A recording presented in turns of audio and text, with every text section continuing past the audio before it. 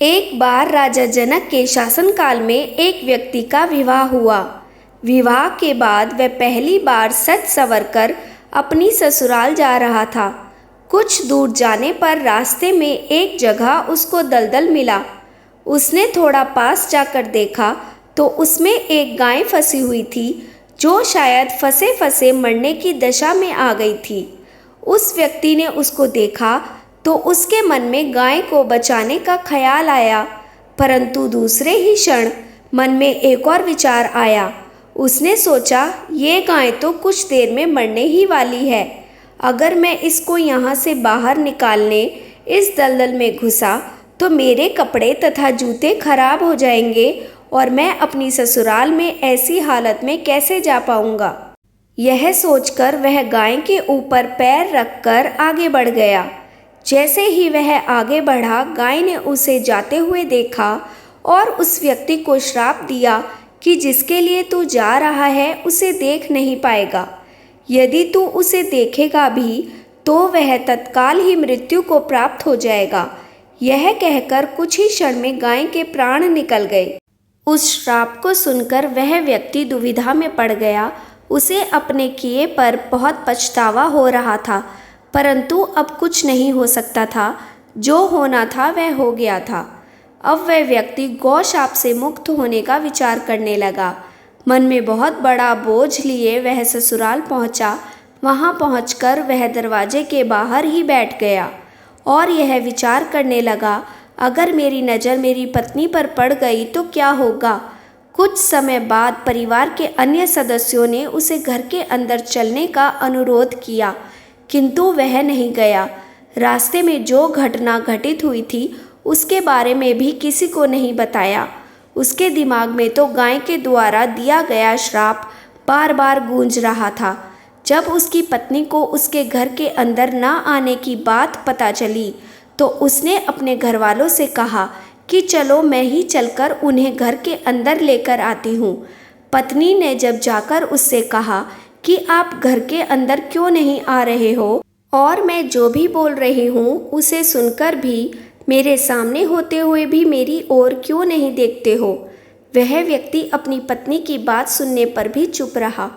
काफ़ी अनुरोध करने के बाद उसने रास्ते में घटित सारा वृतांत कह सुनाया।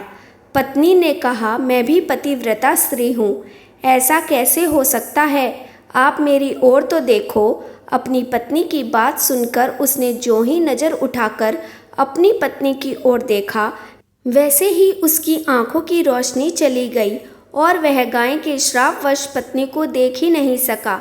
उस व्यक्ति की पत्नी भी पतिव्रता थी, इसी कारण उसकी मृत्यु नहीं हुई। यह देखकर पत्नी अपने पति को साथ लेकर राजा जनक के दरबार में गई। वहां जाकर उसने सारा वृतांत कह सुनाया। राजा जनक ने राज्य के सभी विद्वानों को सभा में बुलाकर समस्या बताई।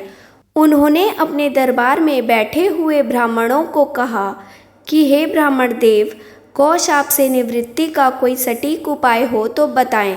सभी विद्वानों ने आपस में विचार करके एक उपाय बताया। उन्होंने कहा कि यदि कोई पतिव्रता स्त्री छलनी में गंगा जल लाकर उस जल के छींटे इस व्यक्ति की दोनों आंखों पर मारे तो गौशाप से मुक्ति मिल सकती है तथा इसकी आंखों की रोशनी पुनः लौट सकती है। राजा ने पहले अपने महल के अंदर की रानियों सहित सभी स्त्रियों से पूछा तो राजा को सभी के पतिव्रता होने में संदेह की सूचना मिली। ऐसा सुनकर राजा जनक चिंतित हो गए। तब उन्होंने आसपास के सभी राजाओं को सूचना पहुंचाई। उन्होंने उन्हें संदेश में कहा, उनके राज्य में यदि कोई पतिव्रता स्त्री है तो उसे ससम्मान राजा जनक के दरबार में भेज दिया जाए। जब यह सूचना अयोध्या के राजा दशरथ को मिली तो उन्होंने पहले अपनी सभी रानियों से पूछा।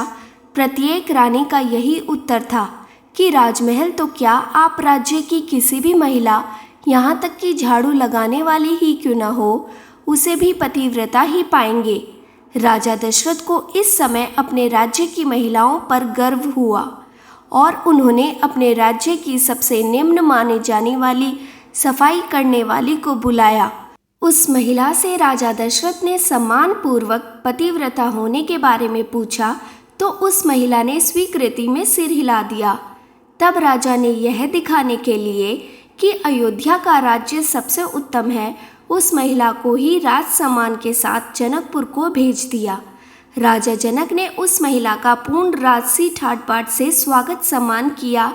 तब राजा ने उस महिला को समस्या बताई, साथ ही ब्राह्मणों द्वारा जो उपाय बताया गया था वह भी बताया।